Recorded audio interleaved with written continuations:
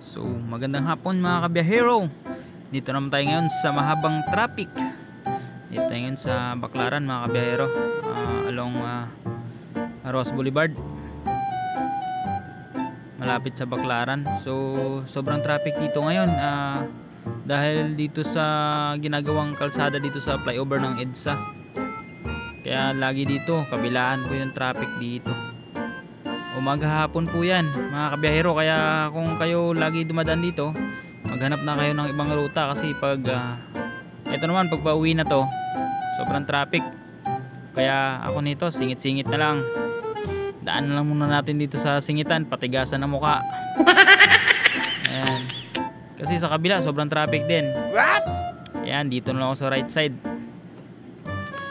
pakapala na ng mukha to.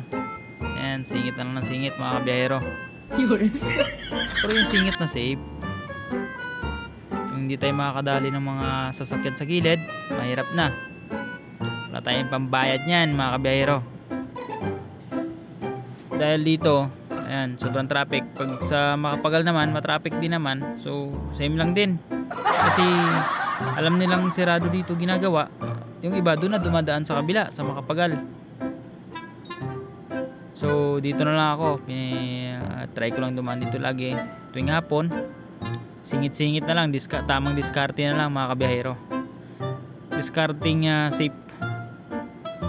Ayan, sisingit-singit na lang tayo dito.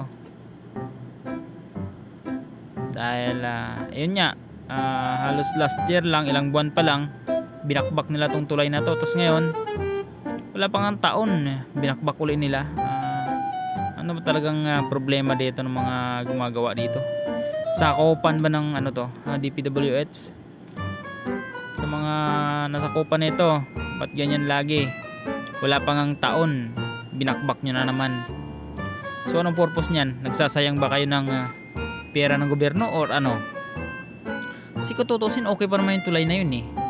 Huwag nyo sabihin na 3 years yung maintenance nyan, palitan na. Okay pa naman dami-daming lugar dyan na lubak-lubak, sira-sira yung kalsada, ba't ayaw yung bakbakin yun? O dito yun na alam nyo naman yung tulay na 2 linya lang lagi dyan, yun pa yung babakbakin nyo. Ayan, nagkukos kayo ng traffic. Puti kung sana lagi nyo tuloy-tuloy yung gawa nyo.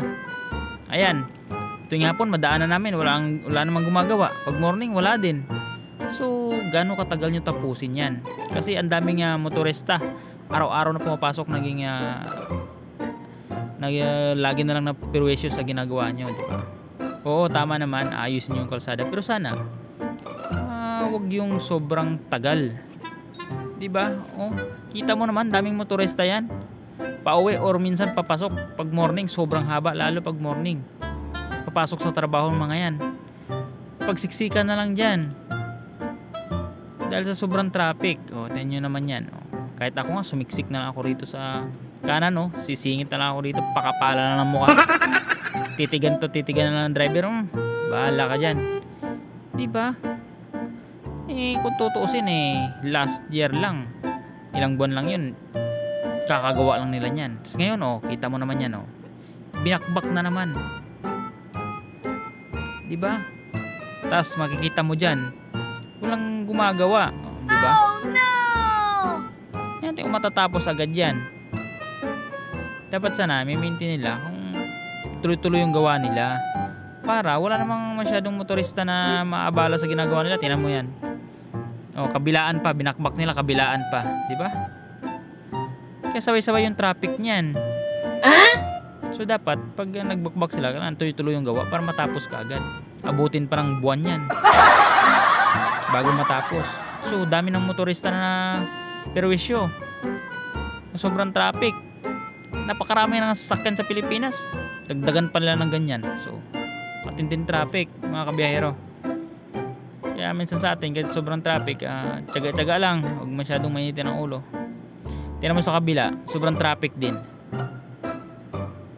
haba-haba din yan dahil sa binakbak din nila yung kabila, sinabay-sabay nila yan, bakbak dito sa kanan, bakbak dito sa kaliwa.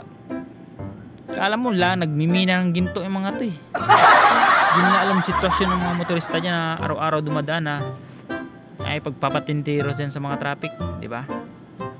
So yan mga kabiyahero, kung lagi kayong dumadaan dito, maghanap na lang kayo ng ibang way. So maraming salamat, keep safe.